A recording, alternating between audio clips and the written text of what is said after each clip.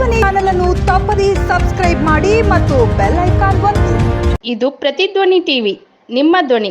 ತಪ್ಪದೇ ವೀಕ್ಷಿಸಿ. ಜೀವ ದೊಡ್ಡದ ಮೋಟರ್ ದೊಡ್ಡದ ನಿಮ್ದು. ಈ ದೃಶ್ಯವನ್ನು ನೋಡಿದಾಗ ನಮಗೆ ಹೇಗೆ ಅನಿಸ್ತಾ ಇದೆ ಅಂದರೆ, ಈ ಜನರನ್ನು ನೋಡಿದಾಗ ನಮಗೇನು ಅನಿಸ್ತಾ ಇದೆ ಅಂದರೆ, ಇದೊಂದು ದೊಡ್ಡ ಜಾತ್ರೆ ಥರ ಕಾಣ್ತಾ ಇದೆ. ಹೌದು, ಇದು ಜಾತ್ರೆ. ಯಾವ ಥರ ಜಾತ್ರೆ ಅಂದರೆ, ಬಳಿ ಉಕ್ಕಿ ಬಂದಾಗ ಇಲ್ಲಿ ಸಂಭ್ರಮ, ಬಹಳಷ್ಟು ಖುಷಿ ಪಡ್ತಾ ಇದ್ದಾರೆ. ಆದರೆ ಇನ್ನೊಂದು ದೃಷ್ಟಿಯಿಂದ ನೋಡಿದಾಗ, ರೈತರ ಪರಿಸ್ಥಿತಿಯನ್ನು ನೋಡಿದಾಗ ಬಹಳಷ್ಟು ದುಃಖ ಅನಿಸ್ತಾ ಇದೆ, ಅಯೋಮನೆ ಅನಿಸ್ತಾ ಇದೆ. ಇಲ್ಲಿ ನೋಡ್ತಾ ಇರ್ಬೋದು, ಇಷ್ಟೆಲ್ಲ ಬೆಳೆ ಎಲ್ಲ ಈ ಒಂದು ಪ್ರವಾಹದ, ಈ ಘಟಪ್ರಭೆಯ ಪ್ರವಾಹದಲ್ಲಿ ಮುಳುಗಿ ಹೋಗಿದೆ. ಅಂದರೆ ಸಾವಿರಾರು ಹೆಕ್ಟೇರ್ ಕಬ್ಬು ಎಲ್ಲ ನೀರಿನಲ್ಲಿ ಮುಳುಗಿ ಹೋಗಿದಾಗ ರೈತನ ಪರಿಸ್ಥಿತಿ, ಅವನ ಒಡಲೊಳಗೆ ಏನಪ್ಪ ಕೈಗೆ ಬಂದ ತುತ್ತು ಬಾಯಿಗೆ ಬರಲಿಲ್ಲಲ್ಲ ಅನ್ನುವಂಥ ಸ್ಥಿತಿ ಇವತ್ತು ನಮಗೆ ಕಾಣ್ತಾ ಇದೆ. ಇವತ್ತು ನಾವು ಮುಧೋಳ ತಾಲೂಕಿನ ಹೈವೇದಲ್ಲಿ ಇದ್ದೀವಿ. ಇವತ್ತು ಲೋಕಾಪುರ ಹಾಗೂ ಮುಧೋಳದ ಈ ಒಂದು ರಾಜ್ಯ ಹೆದ್ದಾರಿಯಲ್ಲಿ ಇದ್ದೀವಿ. ಇಲ್ಲಿ ಸ್ಥಳೀಯ ಶಾಸಕರಾಗಿರ್ತಕ್ಕಂಥವ್ರು ನೀವು ಯೋಚನೆ ಮಾಡಬಹುದು, ಇಲ್ಲಿಯ ಶಾಸಕರಾಗಿ ಸಚಿವರುಗಳಾಗಿದ್ದಾರೆ. ಇದು ವರ್ಷದ ಸ್ಥಿತಿಯನ್ನು ನೋಡ್ತಾನೆ ಇದ್ದಾರೆ.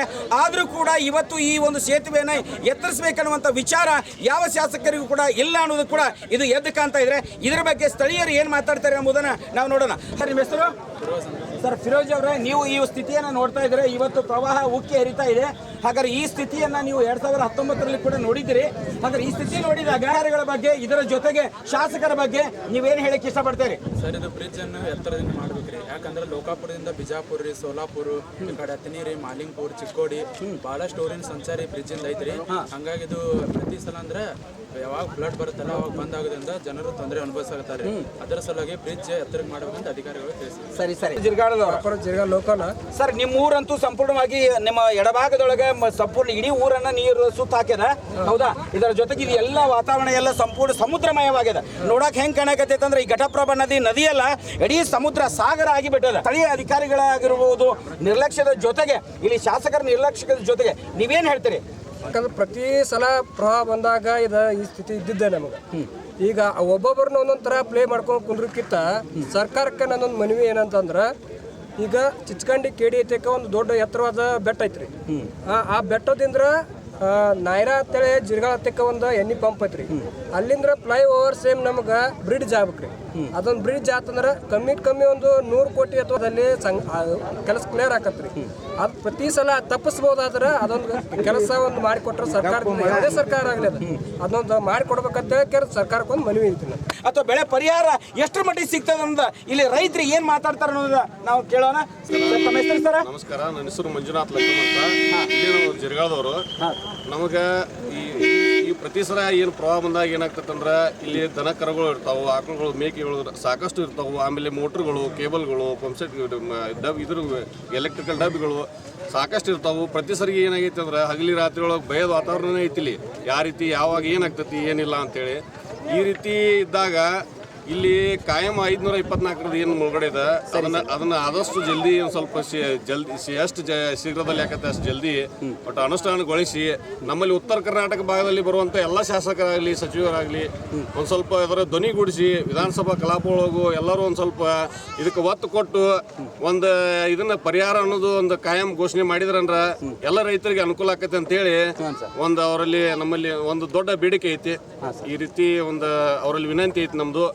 ಒಂದು ಎಲ್ಲ ರೈತರಿಗೂ, ಎಲ್ಲ ರೈತಾಪಿ ವರ್ಗದವ್ರಿಗೂ ಅನುಕೂಲ ಆಗತ್ತೆ ಅಂತೇಳಿ ನಮ್ದೊಂದು ಕೋರಿಕೆ ಐತಿ. ಅದನ್ನೊಂದು ಆದಷ್ಟು ಶೀಘ್ರದಲ್ಲಿ ಎಷ್ಟು ಜಲ್ದಿ ಆಗುತ್ತೋ ಅಷ್ಟು ಒಟ್ಟು ನಡೆಸ್ಕೊಳ್ಳಿ ಅಂತೇಳಿ ನಾವು ಕೇಳ್ಕೊತೀವಿ. ನೋಡಿ, ಪ್ರವಾಹ ಉಗ್ತಾ ಇದೆ, ಇಲ್ಲಿ ಸೇತುವೆ ಮುಳುಗ್ತಾ ಇದೆ. ಈ ಸಂದರ್ಭದಲ್ಲಿ ಜನ ಕೂಡ ಇಷ್ಟೆಲ್ಲ ತುಂಬ್ತಾ ಇದೆ. ಅಂದ್ರೆ ಜನ ಹೋಗುದು ಆ ಕಡೆಯಿಂದ ಈ ಕಡೆ. ಆದ್ರೆ ಇಂಥ ಸಂದರ್ಭದಲ್ಲಿ ಜನರ ರಕ್ಷಣೆಗಾಗಿ ಇವತ್ತು ಅಗ್ನಿಶಾಮಕ ದಳ ಇಲ್ಲಿ ಇರಬೇಕಾಗಿತ್ತು. ಅಂದ್ರೆ ಇಲ್ಲಿ ವ್ಯವಸ್ಥೆ ಇರಬೇಕಾಗಿತ್ತು, ಪರಿಹಾರ ಕ್ರಮಗಳನ್ನ ಕೈಗೊಳ್ಳುವಂತ ವ್ಯವಸ್ಥೆ ಆಗಬೇಕಾಗಿತ್ತು. ಈ ಸಂದರ್ಭದಲ್ಲಿ ಇಲ್ಲಿ ಅಗ್ನಿಶಾಮಕ ದಳದ ಯಾವುದೇ ಒಬ್ಬ ಅಧಿಕಾರಿಗಳು ಕೂಡ ಇಲ್ಲ. ಇಲ್ಲಿ ಬಹಳಷ್ಟು ಎದ್ದು ಕಾಣ್ತಾ ಇದೆ ಅಂತ ನಾವು ನೋಡಬಹುದು. ಘಟಪ್ರಭೆಯ ನದಿಯ ಒಡಲು ಸಂಪೂರ್ಣವಾಗಿ ತುಂಬಿ ಹೋಗಿದೆ. ಈಗ ನೀವು ನೋಡ್ತಾ ಇದ್ದೀರಿ, ನದಿಯ ಪ್ರವಾಹ ಉಕ್ಕಿ ಮುಧೋಳದ ಈಗಾಗಲೇ ಹೊರವಲಯದಲ್ಲಿರ್ತಕ್ಕಂಥ ಎಲ್ಲ ಭಾಗವನ್ನು ತುಂಬಿಕೊಂಡು ಬಿಟ್ಟದ. ಇಂಥ ಸ್ಥಿತಿ ಒಳಗೆ ಇಲ್ಲಿ ರೈತರಾಗಿ ಇರ್ತಕ್ಕಂಥ ಎಲ್ಲ ಹೊಲಗಳು ಇವೆಲ್ಲ ಕಬ್ಬಿನಿಂದ ತುಂಬಿದ್ದು, ಇವೆಲ್ಲ ಕಬ್ಬೆಲ್ಲ ಮುಳುಗಿ ಹೋಗ್ಯಾವ. ಇಂಥ ಸ್ಥಿತಿ ಒಳಗೆ ರೈತರು ಒಂದು ದೃಷ್ಟಿಯಿಂದ ಬಹಳ ಖುಷಿ ಅನಿಸ್ತದೆ ಅಂತೇಳಿ ಇವರು ಹೊರಗಡೆ ನೋಡುವವರಿಗೆ ಬಹಳ ಸಂತೋಷ ಆಗ್ತದೆ. ಆದರೆ ಒಳಭಾಗದಲ್ಲಿ ನಮ್ಮ ರೈತರ ಸ್ಥಿತಿ ಏನಾಗಿದೆ ಅನ್ನೋದನ್ನ ರೈತರು ಮಾತಾಡ್ತಾರೆ. ಸರ್, ಈ ದೃಶ್ಯವನ್ನು ನೋಡಿದಾಗ ತಮಗೆ ಹೇಗೆ ಅನಿಸಾಗತೈತಿ? ತಮ್ಮ ಹೆಸರು ಸರ್? ನಮಸ್ಕಾರ ರೀ, ಬಸವರಾಜ್ ಮಾನಣ್ಣವ್ರಂತ ಸಿರೋಳದವ್ರಿ ನಾವು. ಹಾಂ ಸರ್. ಆದ್ರೆ ರೈತರ ಪರಿಸ್ಥಿತಿ ನೋಡ್ಬೇಕಾರೆ ಎಲ್ಲ ಭಾಳ ಗಂಭೀರ ಆಗೈತ್ರಿ. ಇದೇನಾರೇ ಇದನ್ನೆಲ್ಲ ಆಕಾರ ನೋಡಿ ಪೂಲ್ ವ್ಯವಸ್ಥೆ ಮಾಡಿ ಇದು ಮಾಡಿ ಕೊಟ್ರ ಅವ್ರಿಗೆಲ್ಲ ಸಚಿವರಿಗೆ ಎಲ್ಲ ಒಳ್ಳೆಯದಾಕೈತಿ ನೋಡ್ರಿ. ಸರ್, ಇಲ್ಲಿ ನಮ್ಮ ಮುಧೋಳ ತಾಲೂಕಿನಲ್ಲಿ ನೋಡ್ರಿ, ಯಾರೇ ಅಧಿಕಾರಕ್ಕೆ ಬರಲಿ, ಯಾವುದೇ ಪಕ್ಷ ಅಧಿಕಾರಕ್ಕೆ ಬರಲಿ, ಯಾರ ಅಧಿಕಾರಕ್ಕೆ ಬಂದರೂ ಕೂಡ ಮುಧೋಳ ಮತಕ್ಷೇತ್ರಕ್ಕೆ ಒಬ್ಬ ಸಚಿವ ಸ್ಥಾನ ಕಟ್ಟಿಟ್ಟ ಬುತ್ತಿ. 2019ರಲ್ಲಿ ಪ್ರವಾಹ ಬಂದಾಗ ಇಲ್ಲಿ ಆಗಿರುವಂಥ ಸ್ಥಿತಿ ಎಲ್ರಿಗೂ, ಸಚಿವರಿಗೆ ಗೊತ್ತದ, ಎಲ್ಲ ರೈತರಿಗೆ ಗೊತ್ತದ, ಎಲ್ಲ ಅಧಿಕಾರಿಗಳಿಗೂ ಗೊತ್ತದ. ಆದ್ರೆ ಮುಂದೊಂದು ದಿನ ಪ್ರವಾಹ ಬರ್ತದೆ ಅಂತ ಗೊತ್ತಿದ್ರೂ ಸಹಿತ ಈ 5-6 ವರ್ಷಗಳಲ್ಲಿ ಇವರು ಮನಸ್ಸು ಮಾಡಿದ್ರೆ ಇಲ್ಲೊಂದು ಬ್ರಿಡ್ಜ್ ಅನ್ನ, ದೊಡ್ಡದಾಗಿರ್ತಕ್ಕಂಥ ಎತ್ತರವಾಗಿರ್ತಕ್ಕಂಥ ಸೇತುವೆ ಕಟ್ಟಿಸಬಹುದಾಗಿತ್ತು. ಹಾಗೆ ಮುಳುಗಿ ಹೋಗಿರ್ತಕ್ಕಂಥ ಚಿಂಚಕಂಡಿ ಬ್ರಿಡ್ಜ್ ಅನ್ನು ಕೂಡ ಕಟ್ಟಿಸಬಹುದಾಗಿತ್ತು. ಆದರೆ ಅವರ ನಿರ್ಲಕ್ಷ್ಯ ಇಲ್ಲಿ ಎದ್ದು ಕಾಣ್ತಾ ಇದೆ ಅನ್ನೋದನ್ನ ಸಚಿವರಾದವರು ಒಂದು ಕ್ಷಣ ಯೋಚನೆ ಮಾಡಬೇಕಾಗಿತ್ತು. ಮುಂದಿನ ದಿನಗಳ ಬಗ್ಗೆ ಯೋಚನೆ ಮಾಡಬೇಕಾಗಿತ್ತು. ನಮ್ಮ ಊರಿಗೆ, ನಮ್ಮ ರೈತರಿಗೆ ಆಗುವಂಥ ತೊಂದರೆಯನ್ನ ಮತ್ತು ಹಾನಿಯನ್ನ ನಾವೆಲ್ಲ ಸರಿ ಮಾಡಬೇಕಂತೇಳಿ ಅವ್ರು ಮನಸ್ಸು ಮಾಡಿದ್ರೆ ಈ ಬ್ರಿಡ್ಜ್ ಯಾವಾಗೂ ಆಗಿ ಹೋಗ್ತಾ ಇತ್ತು ಸರ್. ಹಾಗೆ ರೈತರಿಗೆ ಆಗುವಂಥ ತೊಂದರೆಯನ್ನ ಕೂಡಲೇ ಸರ್ಕಾರ ಎಚ್ಚೆತ್ತುಕೊಂಡು ಇಲ್ಲಿ ಒಂದು ಸೇತುವೆ ವ್ಯವಸ್ಥೆಯನ್ನ ಮಾಡಿಕೊಡ್ಬೇಕನ್ನೋದು ಇಲ್ಲಿ ರೈತರ ಮತ. ಹಿರಿಯರು ತಾವೇನು ಹೇಳ್ತೀರಿ ಸರ್? ಸರ್, ಇದ್ರ ಬಗ್ಗೆ ನೀವೇನು ಹೇಳ್ತೀರಿ? ಸೇತುವೆ ಬೇಕೋ ಬೇಡವೋ? ಸೇತುವೆ ಅವಶ್ಯಕತೆ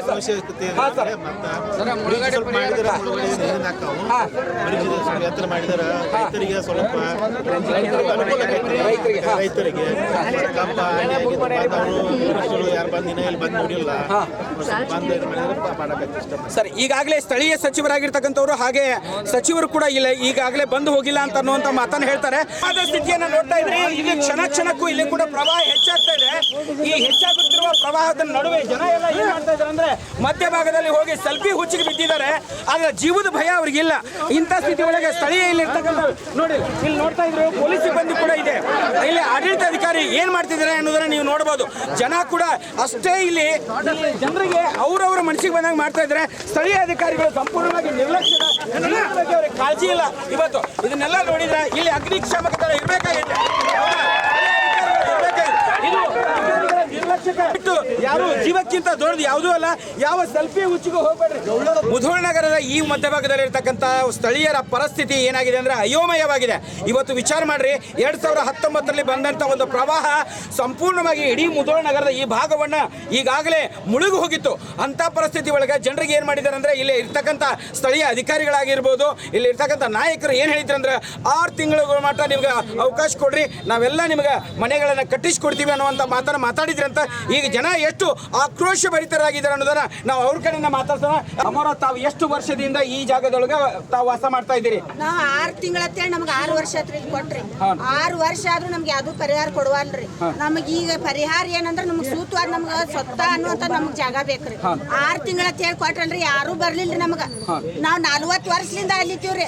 ರೋಡ್ಗೆ ತೆಗದಿಲ್ಲ, ಬರೀ 6 ತಿಂಗಳು ಇರ್ರಿ, ನಿಮ್ಗೆ 6 ತಿಂಗಳದಾಗ ವ್ಯವಸ್ಥೆ ಮಾಡ್ತೀವಿ ಅಂದ್ರೆ ಯಾರು ಒಬ್ರು ಬರ್ಲಿಲ್ರಿ. ಜಾಧವ್ ಸರ್ ತೆಗೆದು ಹೋಗ್ದಾರ್ರಿ ನಮ್ನಿಲ್ಲಿ.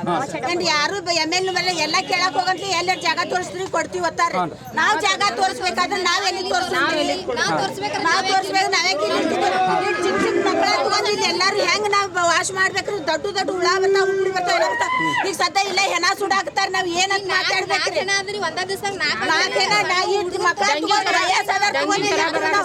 ವಯಸ್ಸಾದಾರ ತಾಯಿಗಳದಾರ, ನಾವ್ ಏನ್ ಮಾತಾಡ್ಬೇಕು ಹೇಳ್ರಿ? ನೋಡು, ಒಬ್ರು ಯಾರು ಬಂದ್ ನಮ್ದು ಏನು ಪರಿಹಾರ ಕೇಳೋದಿಲ್ರಿ. ಇಲ್ಲಿ ಬರೀ ಈಗ ಇವತ್ತಿನ ತನಕನು ಏನ್ ಹೇಳ್ತಾರ ಗೊತ್ತೈತ್ರಿ? ಕೊಡ್ತೀವಿ ನಿಮ್ಗೆ ಟೈಮ್ ಕೊಡ್ರಿ, ಕೊಡ್ತೀವಿ ನಿಮ್ಗೆ ಟೈಮ್ ಕೊಡ್ರಿ. ಎಲ್ಲಿ ಗೌರ್ಮೆಂಟ್ ಜಾಗ ಇಲ್ಲ ಮಾತಾಡ. ಗೌರ್ಮೆಂಟ್ ಮನಸ್ಸು ಮಾಡಿದ್ರೆ ಏನೈತಿ ಏನಿಲ್ಲ ಹೇಳ್ಬೇಕ್ರಿ ಅವ್ರ. ನಾವ್ ಇವತ್ತಿಗೂ ನಾವ್ ಮನಿ ಖಾಲಿ ಮಾಡಾಕತ್ತೀವಿ ಅಂದ್ರೆ ನಾವ್ ಮನಿ ಬಿಟ್ಟು ಹೊಂಟಿಲ್ರಿ. ನಾವ್ ನೀರಾಗ ಮುನುಗ್ಬೇಕು, ಸಾಯ್ಬೇಕು. ಬಾಗಲಕೋಟೆ ಜಿಲ್ಲಾದಾಗಿದ್ದು ಇತಿಹಾಸ ಆಗ್ಬೇಕು ನಾವ್ ಸತ್ಯ ಅನ್ನೋದು. ನಮ್ ಬಾಗಲಕೋಟೆ ಜಿಲ್ಲಾದಾಗ ಇತಿಹಾಸ ಬರೆದು ಹೋಗ್ಬೇಕಿದ.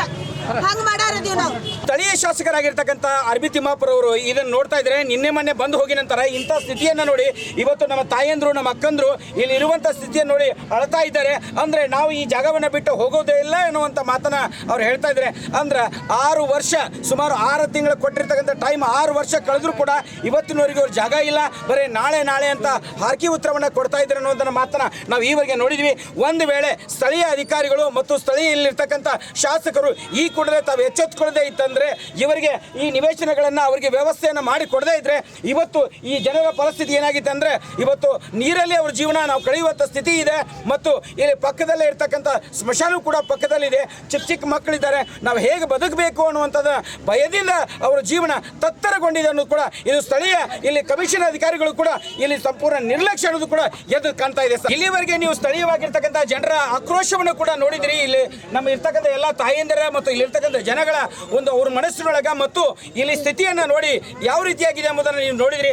ಒಂದು ವೇಳೆ ಈ ಕೂಡಲೇ ಸ್ಥಳೀಯ ಅಧಿಕಾರಿಗಳಾಗಲಿ ಮತ್ತು ಇಲ್ಲಿ ಇರ್ತಕ್ಕಂಥ ಸ್ಥಳೀಯ ಶಾಸಕರು ಎಚ್ಚೆತ್ತುಕೊಳ್ಳದೇ ಇದ್ದರೆ ಇಲ್ಲಿರ್ತಕ್ಕಂಥ ಜನ ಎಲ್ಲ ಉಗ್ರವಾಗಿ ಹೋರಾಟ ಮಾಡ್ತಾರೆ. ಇದನ್ನು ನ್ಯಾಯ ಸಿಗುವವರೆಗೆ ಬಿಡುವುದಿಲ್ಲ ಅನ್ನುವ ಮಾತನ್ನ ನಿಮ್ಮ ಮುಂದೆ ತೋರಿಸ್ತಾ ಇದ್ರೆ, ನಾವು ತಪ್ಪದೆ ಪ್ರತಿಕ್ಷಣದ ಸುದ್ದಿಯನ್ನು ನಿಮ್ಮ ಕಣ್ಣು ಮುಂದೆ ತರುವಂತಹ ಪ್ರಯತ್ನ ನಿಮ್ಮ ಪ್ರತಿಧ್ವನಿ ವಾಹಿನಿಯಲ್ಲಿ.